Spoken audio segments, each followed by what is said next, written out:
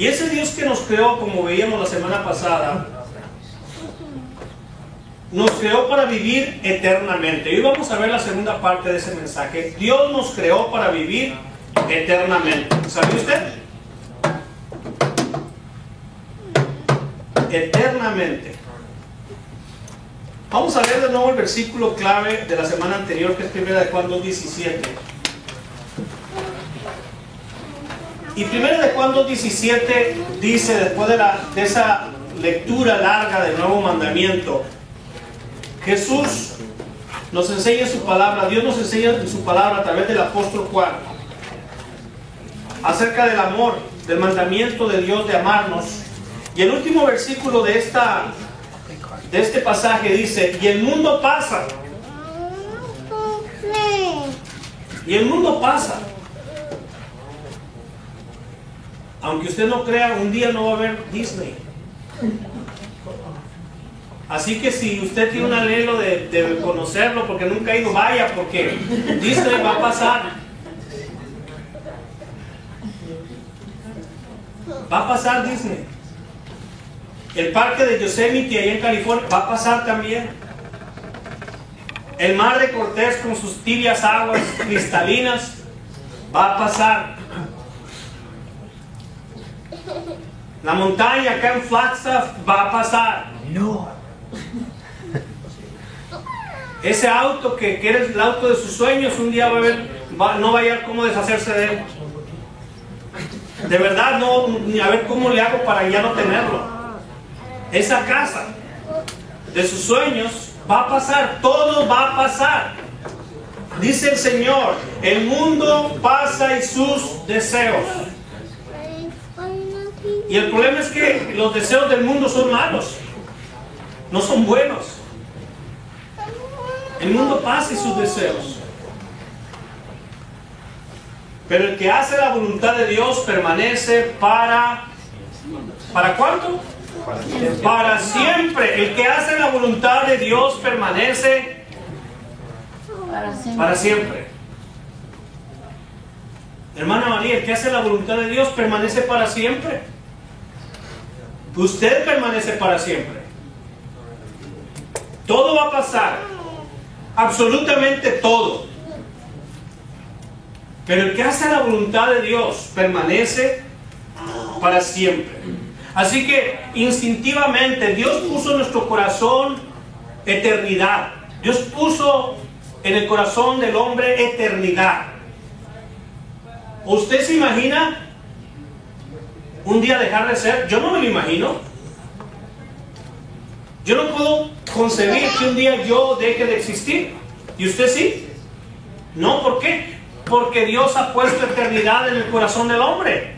Así que tenemos ese instinto de anhelar la inmortalidad.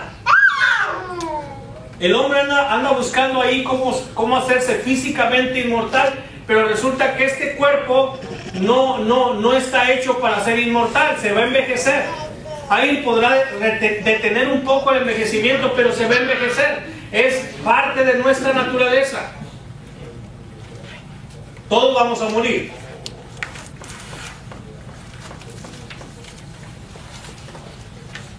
¿Qué quiere decir? Quiere decir que Dios nos hizo a su imagen para vivir eternamente. Así que eso es lo que pensamos, que todo hombre debería de vivir para siempre. Porque la inmortalidad Dios la ha implantado en nuestro cerebro.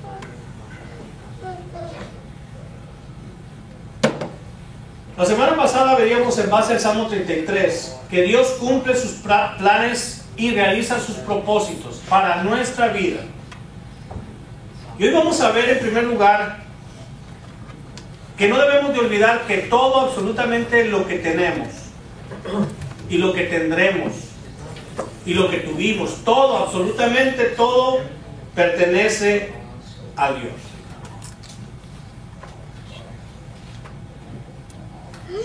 Todo pertenece a Dios.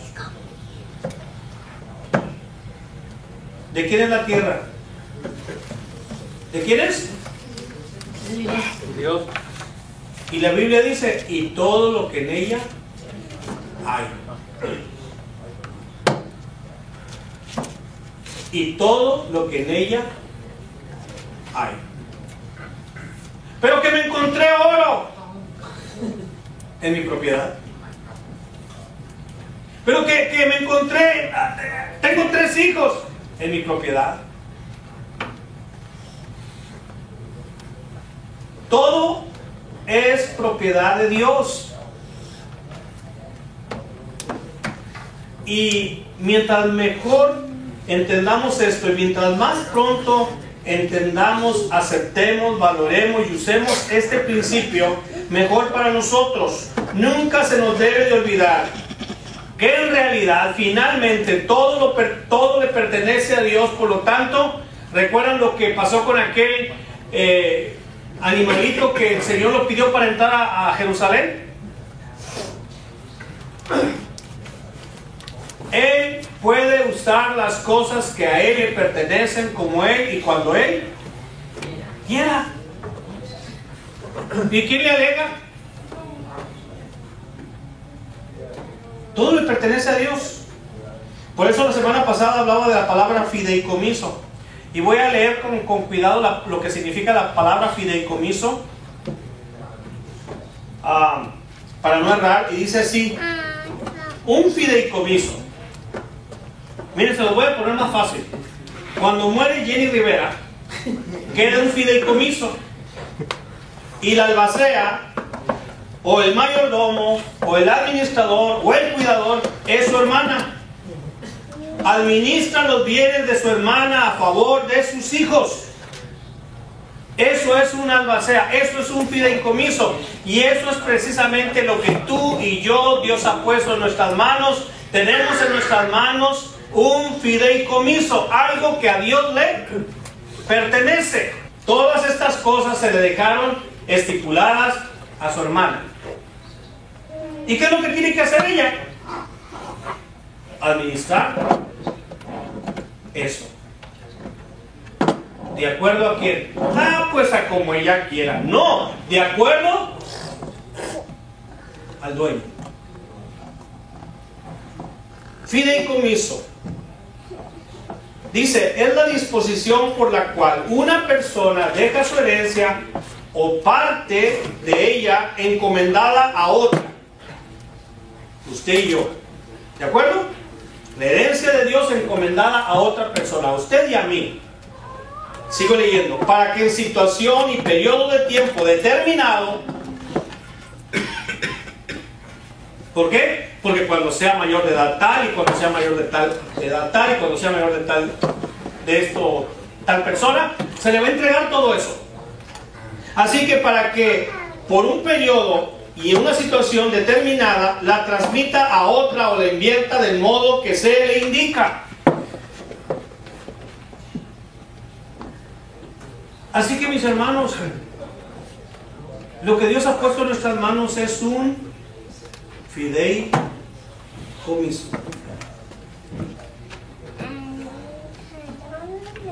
Tiene un dueño todo. Ese dueño es Dios. Y Él determina cómo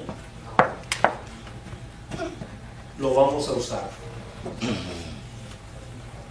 Tu casa, tus hijos, tu trabajo, tu salud, tus recursos, tus capacidades, todo absolutamente. De todo tú eres un cuidador. De todo tú eres un albacea. De todo tú eres un mayordomo. Sí, es cierto. Tenemos el privilegio de poder disfrutarlo, ¿verdad? Vivimos en la propiedad de Dios, entonces yo disfruto porque yo vivo en ella. Vivo en la casa de Dios, pero ¿quién vive en ella también? Yo la disfruto. Disfruto a mis hijos que son de Dios porque estoy con ellos. Dios nos da el privilegio de que podamos disfrutar de todas las cosas que a Él le pertenecen. Pero también, además de disfrutarlo, tenemos la responsabilidad de usarlo debidamente de la manera que Dios quiere que lo usemos. Así que, ¿cómo vamos a criar a los hijos? ¿Cuál sería la respuesta? Debo de criar a mis hijos como Dios quiere que yo los críe. ¿Cómo he de usar la casa en la que vivo? Bueno, la casa en la que vivo debo de usarla como Dios quiere que la use. Cada cosa que Dios ha puesto en nuestras manos tienen que tener el uso y la manera de uso que Dios determine. Pero ¿sabe qué? Eso es muchas veces en contra de lo que es nuestra cultura. Porque en nuestra cultura se dice, si no es tuyo, no lo cuidas. No cuida lo que no es tuyo. ¿Verdad? ¿Sí o no? Pero cuando la cultura es torcida, así es. Lo que no es tuyo, no lo cuidas. Pero, en el caso nuestro, cuando nosotros vivimos bajo otra norma, porque esa es la norma de mucha gente, no es mío, no lo cuido. Es como las vacas de mi suegro. Sí, porque mi suegro tenía ganado y lo tenía en el rancho de una persona. ¿Y qué vacas cree que se morían? Las de mi suegro. ¿Y cuáles eran las vacas estériles? Las de mi suegro. Nunca tenían becerros y siempre se morían. ¿Y por qué? Porque las normas de esa persona, dueño, de esos hermanos dueños de ese rancho, la vaca que había que matar para comer era la de mi suegro. Y los becerros que nacían eran los de ellos. Esas eran sus normas. Pero entre nosotros las normas deben de ser diferentes. Las normas están basadas en la palabra de Dios. Y las normas para nosotros son diferentes. Como Dios es dueño de todo, tengo que cuidarlo lo mejor que pueda. ¿Verdad? Debo de hacer y de tener el mejor cuidado posible de todo lo que Dios ha puesto en mis manos, porque el dueño es ¿quién? Es Dios. Si el dueño fuera el pastor, pues como quiera me arreglo, como quiera lo engaño, como quiera. Pero de Dios no nos podemos zafar. A Dios no le podemos poner pretextos, no le podemos decir, mira, déjame decirte que yo no hice lo que debía en mi vida porque mi esposa. Oh, yo no pude hacer lo que como tú querías porque fíjate que mi patrón. Ahí a Dios no le podremos dar una sola excusa. No hay excusa que valga. Porque Él sabe todo. Él sabe todo. No solamente lo que se oye o lo que se ve. No solamente lo que podemos percibir con los sentidos. Él sabe aún lo que pensamos y aún sabe la intención del corazón sin que nosotros mismos la sepamos. Él sabe la intención del corazón. Así que no puedo yo decirle fue por esto o fue por lo otro, porque no hay una sola excusa delante de Dios. El hombre no se puede excusar delante de Dios. Dice 1 Corintios 4, versículo 2, no lo busquen. Pero dice que al que se le da un encargo, tiene que mostrar que es fiel. En otras palabras dice, es necesario que el mayordomo, el administrador, el albaceo, como le queramos decir, sea hallado fiel. No es una buena idea, es necesario. Va a ser necesario que le entreguemos a Dios cuentas buenas de lo que Él ha puesto en nuestras manos. Es fundamental, es necesario. ¿Por qué? Recuerda lo que decía la semana pasada. La vida es o se asemeja más a un examen. La vida se asemeja a una prueba. La vida no es un juego.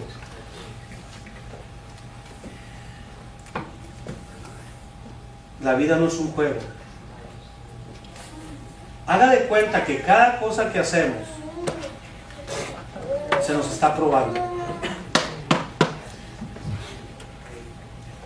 Todo es parte de un examen.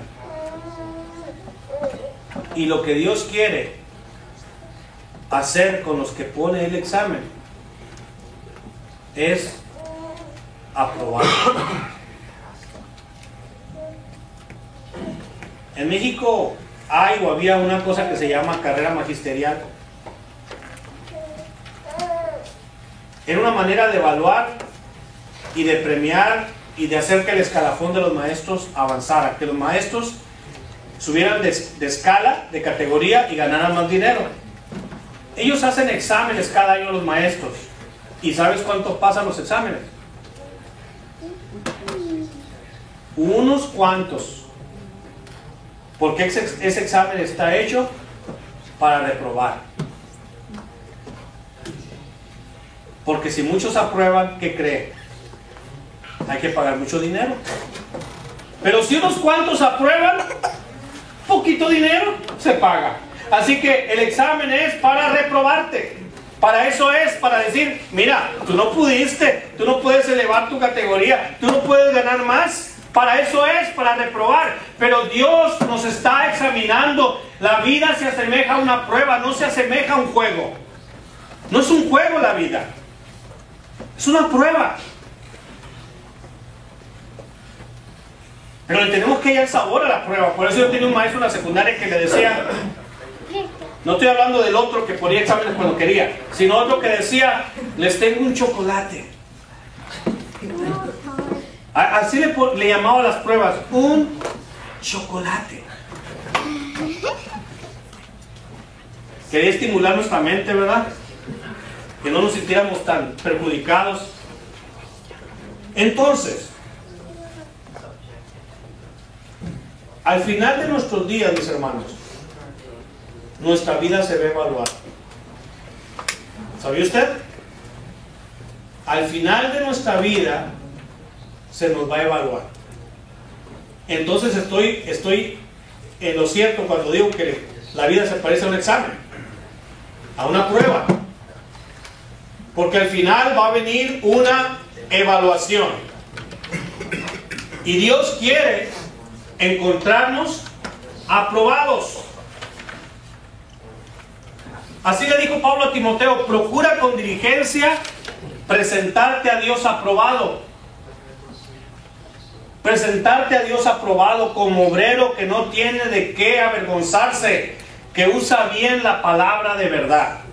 Procura que cuando te presentes a Dios, te presentes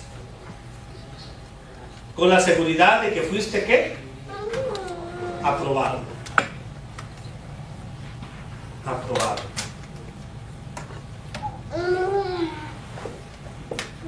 No solamente vamos a ser evaluados, vamos a ser recompensados, porque el fin de la evaluación es recompensa. Ese es el fin de la evaluación. Vamos a ser evaluados y recompensados de acuerdo a la manera que usamos las cosas que Dios nos confió. Dios ya te confió una esposa, vas a ser evaluado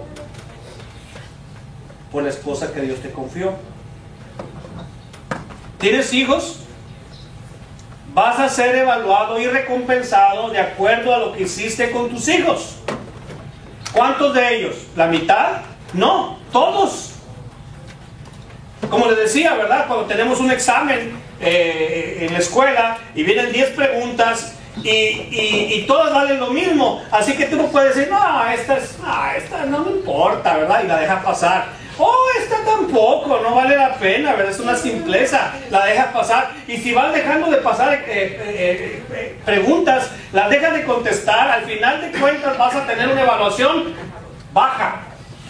Todas y cada una de ellas son importantes y van a contar. Cada cosa que Dios ha puesto en nuestras manos, que le pertenecen a Él, vamos a ser evaluados por ¿cuántas de ellas? Por todas.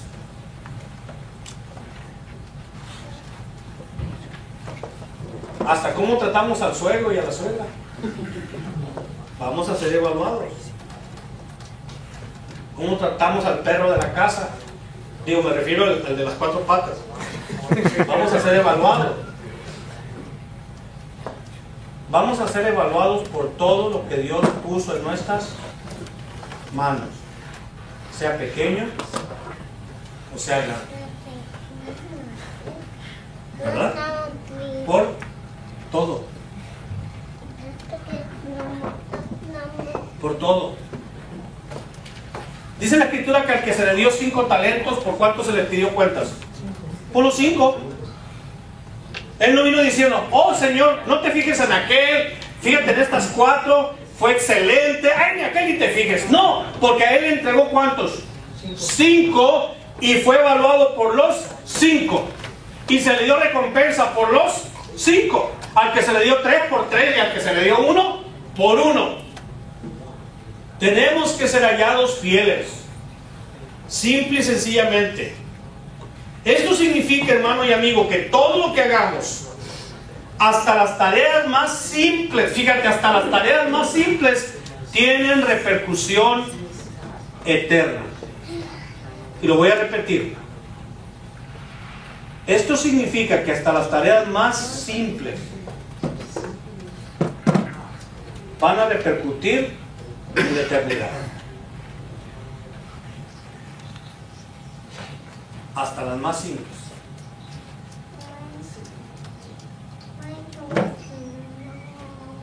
Si todo lo tratamos como un encargo, si todo lo tratamos como algo muy valioso, dice la Escritura que aquel hombre antes de irse entregó sus ¿qué? Bienes.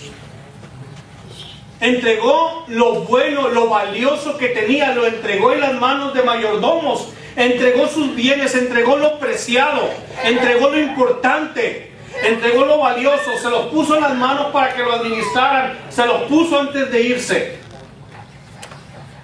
Así que si tratamos las cosas como cosas valiosísimas que Dios puso en nuestras manos, y que ese Dios que puso en nuestras manos para administrarlo un tiempo va a volver.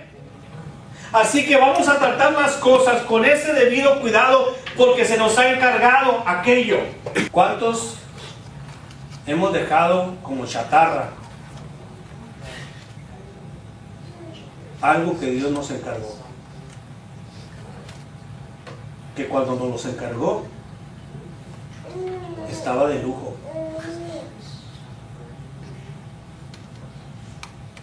Y ahora es chatarra. Porque no lo cuidamos.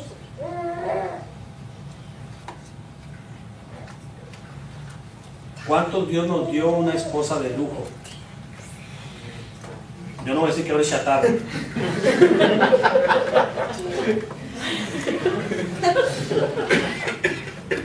Y no le hemos cuidado.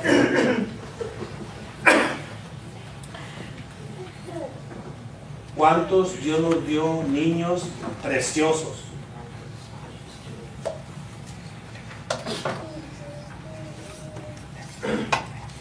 Y ahora nos vamos al mall a ver si se nos pierde.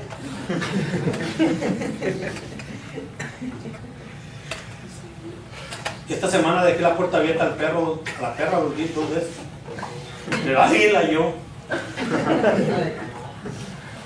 En serio.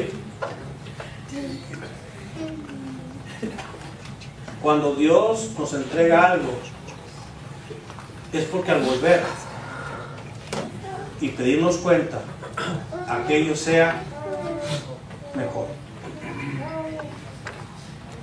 Mejor. O no, señora, a mi mujer la enterré porque yo sabía, como siguiendo con la parábola, ¿verdad? Pues para devolverte la verdad cuando volvieras tal y cual. ¡No! Dios no quiere que entierres las cosas. Dios quiere que las uses como Él ha determinado que las uses, y que al volver las puedas entregar mucho mejor. Mucho mejor. Así que cuando Dios te da un empleo, es para que al terminar ese empleo, aquel empleo termine mejor. Mejor.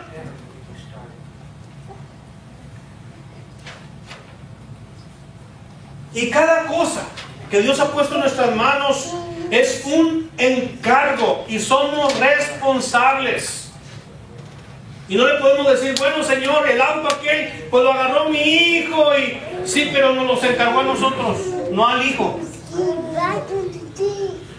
Nunca olvides que todo lo que tenemos en la vida en realidad le pertenece a quién? A Dios. Y una última cosa, nunca olvidemos que la vida en esta tierra es temporal.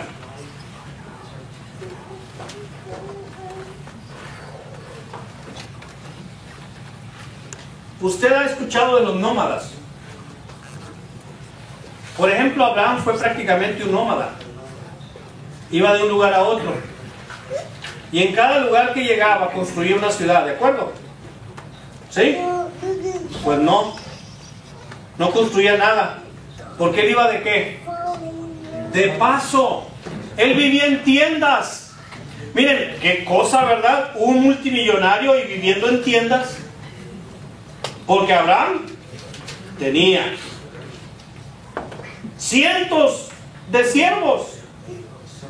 No hablo de venados, de servidores, ganado, propiedades, tenía todo. No hablo de tierra nada más. Tenía mucho. ¿Y en qué vivía? En carpas, en tiendas, porque su estancia ahí era temporal. Bueno, hoy sería en un motorhome, ¿verdad? De lujo, en un RV enorme, pero al final de cuentas movible, porque es temporal. La vida en esta tierra, así vivamos como mis tíos, de 95 para arriba, muchos años. La vida en esta tierra es temporal y no lo olvidemos, porque si olvidamos esto, entonces vamos a hacer una cosa que se llama anclaje. Vamos a empezar a hacer profundidad, vamos a empezar a hacer raíces, vamos a empezar a poner muchos cimientos y nos vamos a quedar ahí. Y el problema de quedarnos fijos en un lugar que no estamos en disposición de movernos como Dios quiere, porque ya me até.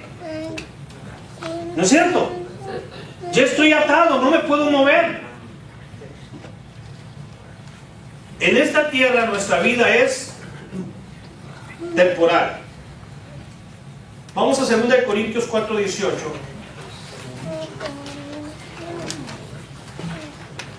Y dice la Escritura en 2 Corintios estas palabras.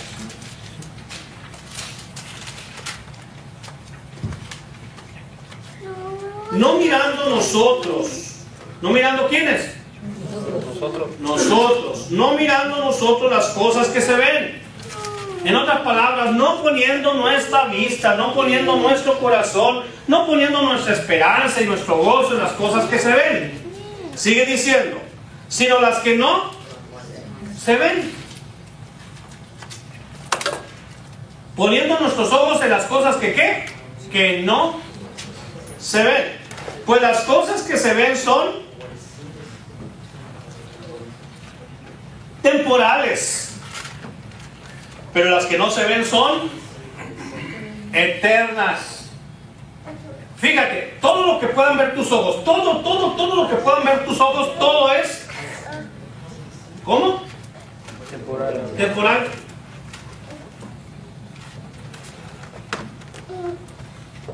La hierba del campo dura unas cuantas semanas, ¿verdad?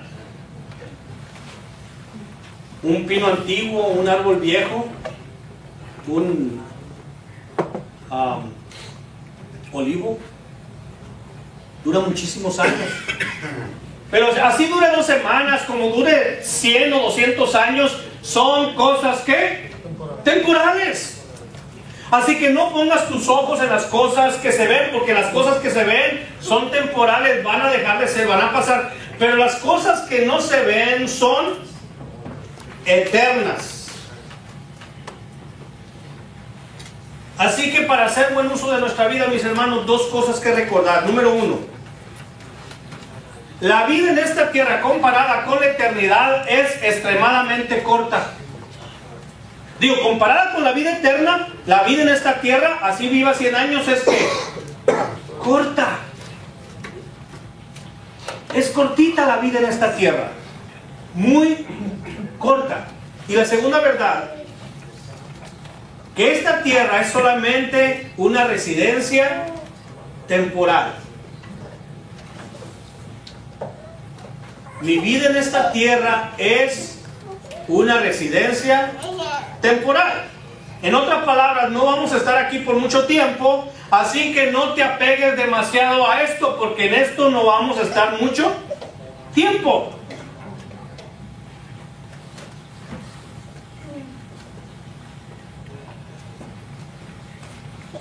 Si tú quieres comprar un auto que te dure 6 años, vas a tener que apegarte a él de una manera, ¿verdad?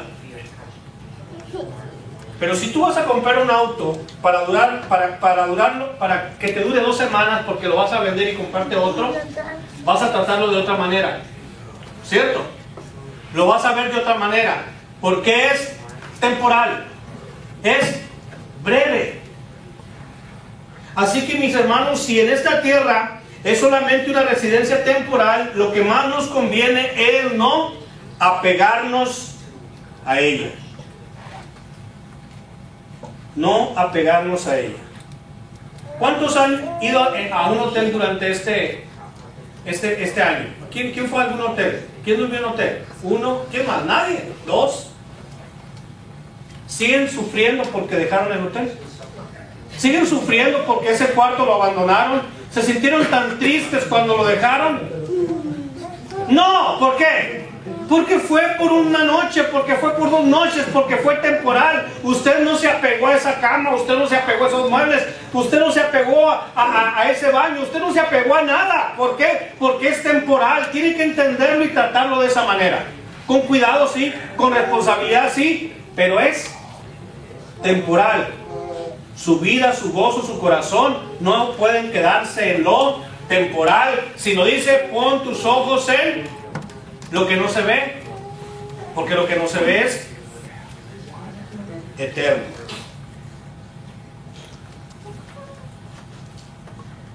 ¿Y cómo le vamos a hacer? Y con esto concluir. Tenemos que pedirle a Dios que nos ayude para ver las cosas a través de sus ojos. Hoy en día,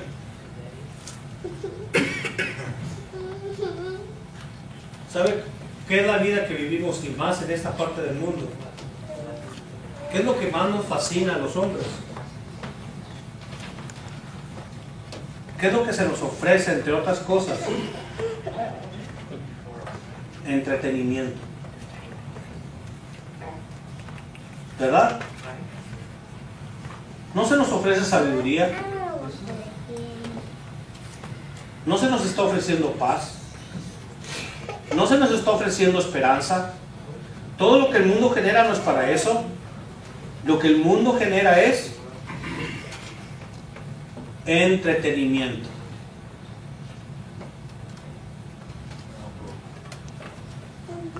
A veces no queremos que a nuestros hijos los enseñen bien, que los entretengan, ¿verdad?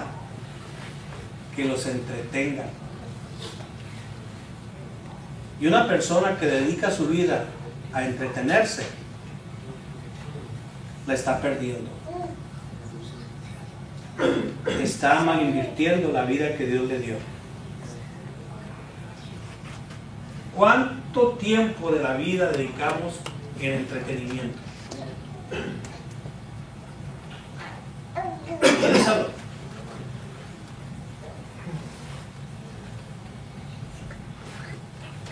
Todo lo que hay en el mundo, lo que nos fascina del mundo, lo que nos provoca el mundo, es entretenernos.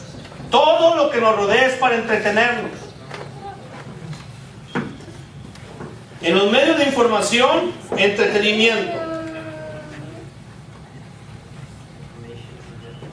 Y los entretenimientos no bastan. Hay que explorar cosas nuevas y cosas nuevas y cosas nuevas y cosas nuevas. Porque fácilmente las cosas nos dejan de entretener, así que necesitamos la que sigue, y la que sigue, y la que sigue. Y ya necesitamos FIFA 2014, y luego FIFA 2015, y luego FIFA 2016, y luego el iPad nuevo, y el más nuevo, y el renuevo, y el renuvo, y todo. ¿Por qué? Porque no nos hartamos de entretenernos. El mundo quiere más y más y más entretenimiento. Así que invertimos la vida, invertimos el tiempo, invertimos el dinero, ¿en qué? En perderlo. En eso invertimos la vida. No estudiamos, no leemos, no profundizamos, no conversamos, no nos edificamos. Nos sentamos 10 gentes con un teléfono en la mano y nadie se habla. Y eso no pasa allá afuera, pasa aquí. Pasa aquí. Agarra tu teléfono y bótalo, agarra tu teléfono y apágalo. Cuando estés con tu familia, apágalo y ponte a comer y ponte a platicar. Y deja de estar entretenido y entretenido y entretenido y entretenido, sin ver siquiera que te estás poniendo viejo, porque no hay ni tiempo de verte en el espejo, porque estamos entretenidos. ¿Para qué? Para que se acabe tu vida.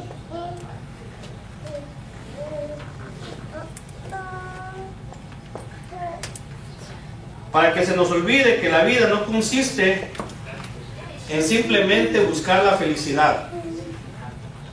Dios no quiere que seamos felices, sí. Pero no consiste en buscar la felicidad.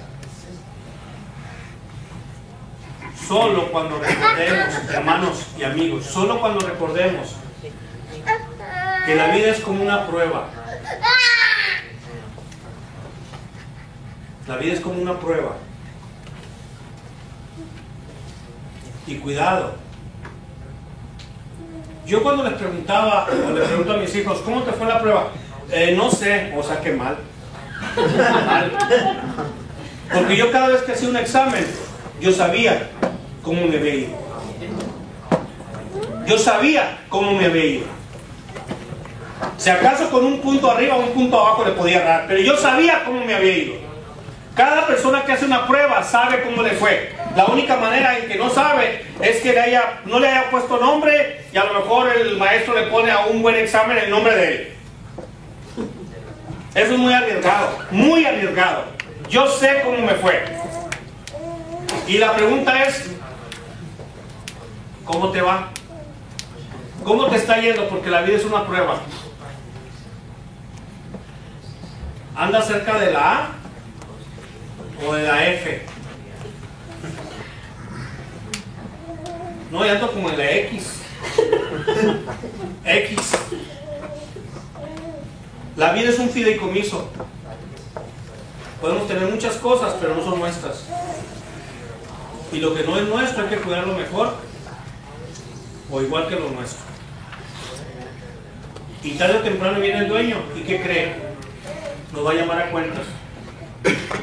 Y no hay pero que valga delante de él, porque él sabe todo. Y la semana que entra vamos a ver que la vida es una asignación temporal. Todo está asignado por un tiempo. Hay cosas que se nos asignan por un mes. Fue lo que tuvimos. Dios nos va a pedir cuentas por ese mes. Hay cosas que se nos van a asignar por 40, 50, 60 años. Un poquito más largas. Dios nos va a pedir cuentas por eso. Pero todo es temporal.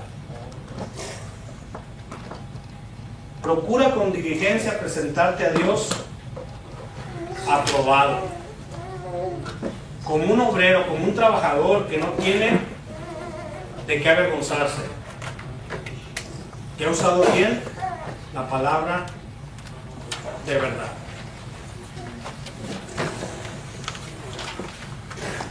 Usted se enorgullece de tener muchas cosas en sus manos.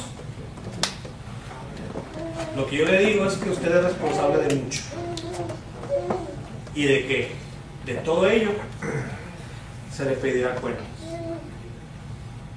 De todo ello. hasta las cosas que a nosotros nos parecen insignificantes. Se los va a pedir cuentas. ¿Tiene 2 autos? ¿A cuál hay que pagarle placas? De los dos. De los dos, ¿verdad? ¿A cuántos hay que pagar seguro? De los dos. ¿Tienes 2 hijos? ¿O 3 o 4? ¿De cuántos vamos a dar cuentas? De todos. De todos. Y la buena noticia, Dios no nos quiere reprobar. Dios nos da toda su guía para probarnos. Nosotros tenemos su guía y seremos aprobados. Ponte de pie para orar. Terminando el servicio, hermanos, permítanme le doy los anuncios. Oremos. Señor, gracias por confiar en nosotros, Padre. Como dice Pablo, gracias a Dios que me ha tomado como una persona fiel al ponerme en el ministerio. Gracias por poner en nuestras manos lo que has puesto, Señor. Lo que pusiste, lo que tenemos hoy, lo que vendrá. Ayúdanos, Señor, a entender que nuestra vida en esta tierra es temporal y que por un tiempo determinado tú has puesto cosas, has puesto personas delante de nosotros. Haznos entender, Señor, que un día nos pararemos delante de ti y te daremos cuentas. Y ahora sabemos, Señor, que lo que tú deseas es aprobar. Ayúdanos pues a ser fieles a ti